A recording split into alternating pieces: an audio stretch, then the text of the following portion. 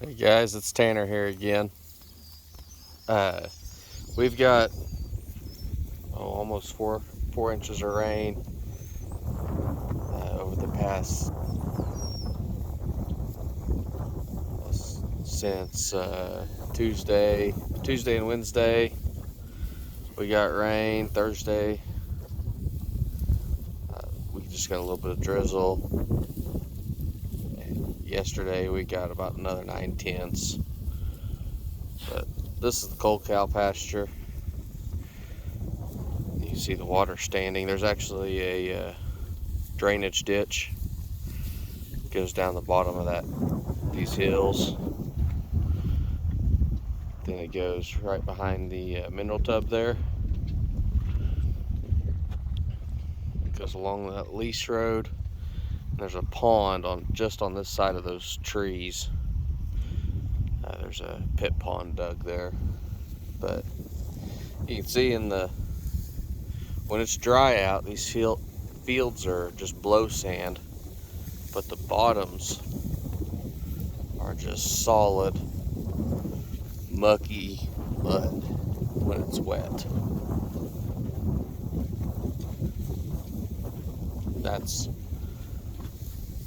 You see, I got unrolled a bale of hay down the hill and unintentionally got it in some water there and mud, but cattle will just stomp that hay into the mud and it'll add to the organic matter, I guess. But that ditch is, I've got a box blade I need to bring out, touch it up a little bit. This is the first time, and since we put that in almost two and a half years ago, this is the first time it's had water in it, to be perfectly honest. So we're getting to see it in action for the first time. It was just an attempt to help the pond fill up a little better and drain these bottoms, because years ago I've seen these bottoms completely underwater up to this mud line. I've seen 12 inches of water standing in these bottoms. So we cut with the carry-all a ditch, trying to get the water out from between these hills.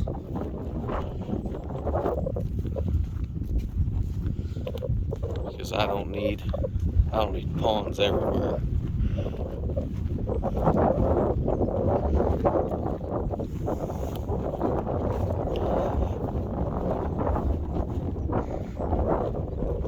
You can see there's a little bit of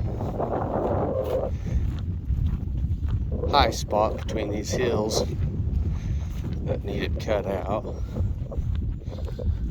Now it's the low spot in the ditch, and I need to connect those two ends. When it was raining, the whole thing was full of water and it was flowing. But once things settled down, now I just need to clean out a few spots, do a little touch-up work. Once it dries down a little more, I'll probably stick a couple fence posts in so I know which areas I need to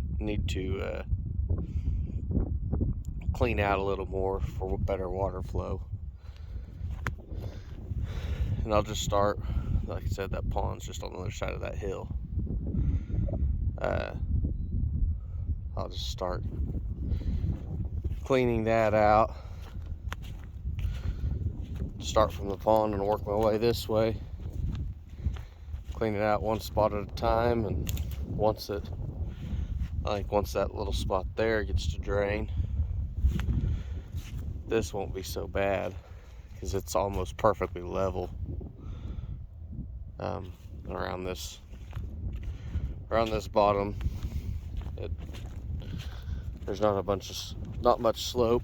We're facing south here. Ponds to the north. There's not much slope going from end to end on that deal. Maybe 6 inches. You see there's a load dumped out of the carryall there. It's been 2 years, and we haven't had enough rain or moisture to grow grass on it. You can see I might have found the mud this morning with the pickup.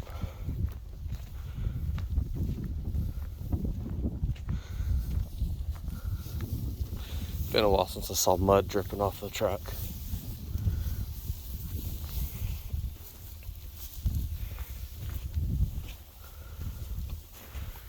There's our Pharaoh bull named Hobbs.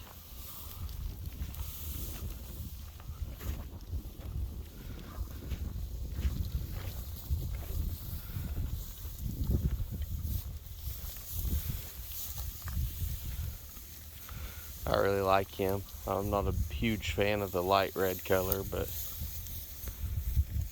otherwise he could use. Oh, he kind of falls apart right behind the shoulders, in my opinion, but otherwise he's a good deep-bodied bull. This is the first Pharaoh bull I bought. She's only 6 months older than Hobbs. But his name's Grass Guy.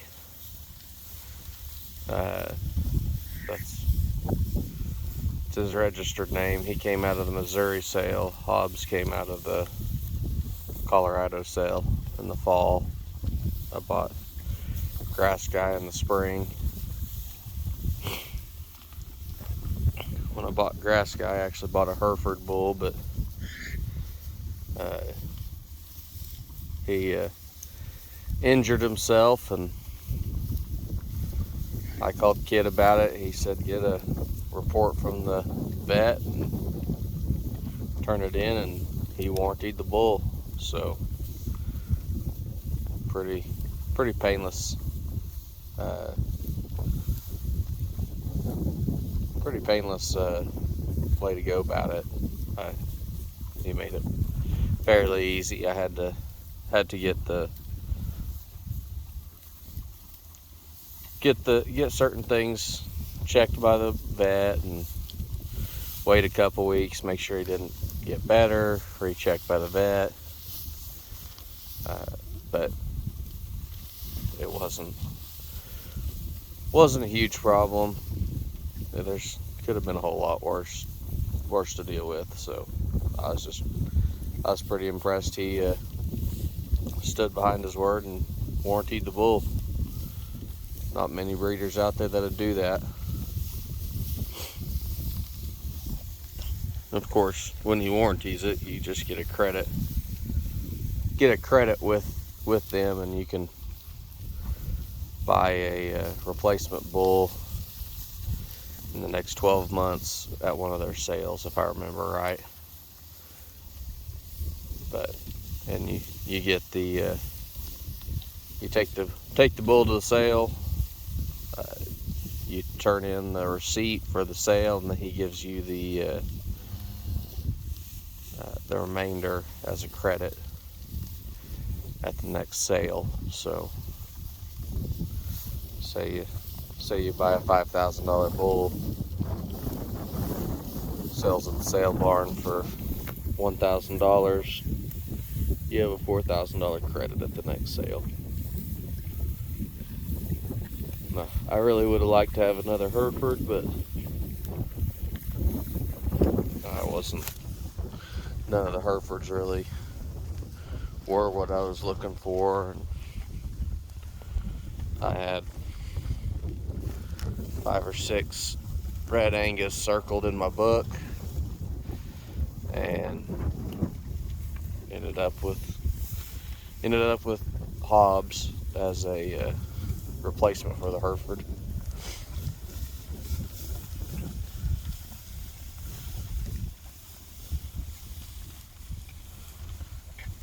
You can tell these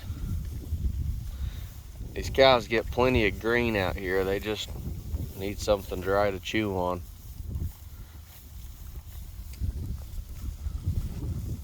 This is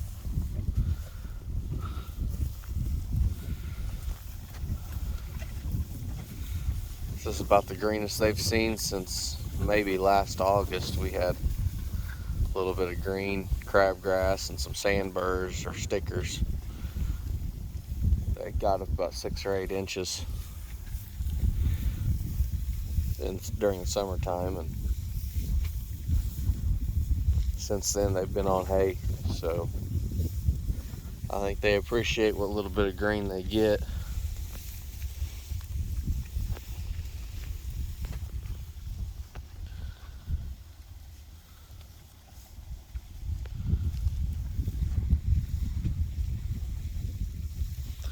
Sorry, I saw some bugs running around on the ground and just trying to figure out what I had.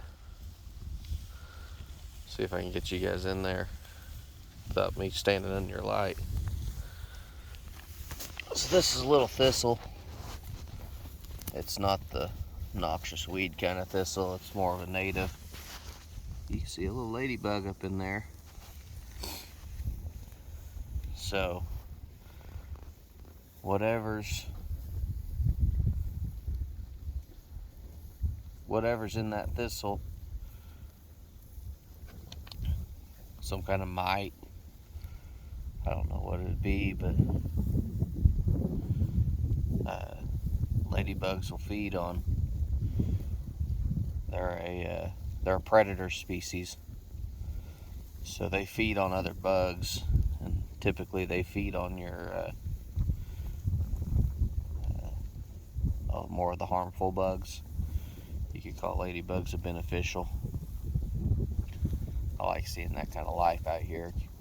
That's why we don't spray, not even for grasshoppers, whatever. You can kill too many beneficials, and it's not cost effective in a pasture environment. It kills your soil life, kills the ecology, and it won't grow back. You end up with kind of a dead system. So there hasn't been anything sprayed on this pasture in at least 3 years since I started renting it. It was farmed every year and sprayed with some pesticides, a little bit of fertilizer put on it every year. So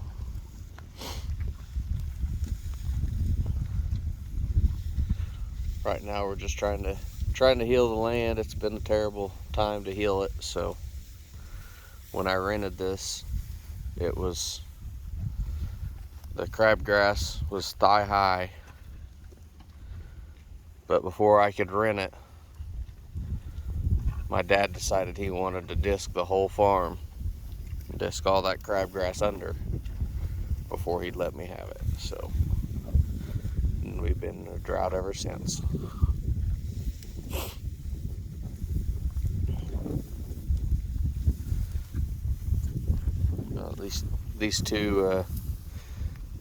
These two Pharaoh bulls, they're both 5-star calving E's. I don't have all their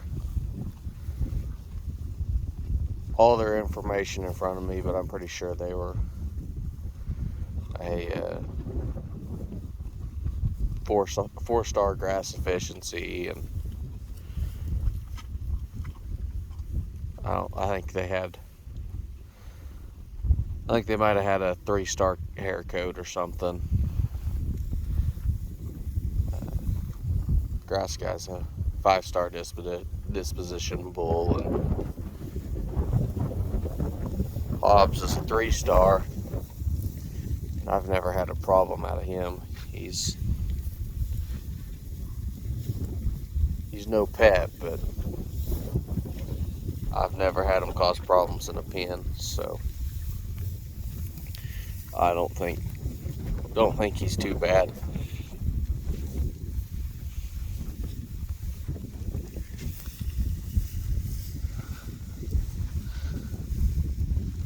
But if anyone would like to purchase anything out of these cull cows, you can message me. We'll figure out how to get a hold of each other or something, but message me in the comments and I'll follow up with you and get a hold of you. There's 2 full-blood Corianis in here. One's confirmed bred. There's 2 half Coriani, half Angus. I think they're 3-year-olds. There's one right here, has that little down curved horn. They're 3-year-olds. And this little red and white heifer sitting over here with horns, she's a 2-year-old, so she'll be bred to calve as a 3-year-old. She's half Coriani, half Hereford. She's out of a polled bull, but must have had a horn gene in them. Everything else in here is 2-year-old heifers, all ranch raised Hereford Angus crosses, and they'll be, like I said, they'll be 2-year-olds. They're not going to be large framed cattle. They'll be, the biggest ones might mature to 1,300 pounds.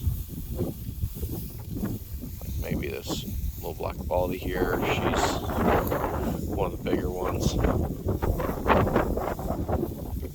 And then there's, I guess there are 10 Hereford. There's 5 Herefords, 4 black baldies, and 1 solid black cow, all from 3 to 6 years old. Pretty well an even distribution through there. So there's 10 of those, and 5 of the Coriani crosses.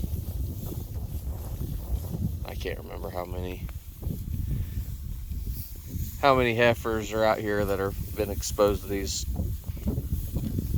red Angus bulls for, I think it's been about 45 days. So they've had 2 heat cycles.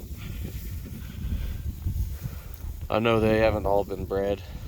So I still see them ride them from time to time, and I'd be happy to keep them another 30 days or so to finish up their breeding. Now that we're going to have some green grass, I bet they cycle a lot better. But if you're interested, these will all be for sale. I'll make some better videos of each group of them, post those separately, but there's nothing in here wild or crippled, nothing chronically sick, just been through a drought, so they look a little tough, but they'll grow right up. So leave a comment if you're interested. Thanks for watching, guys. We'll see you on the next one.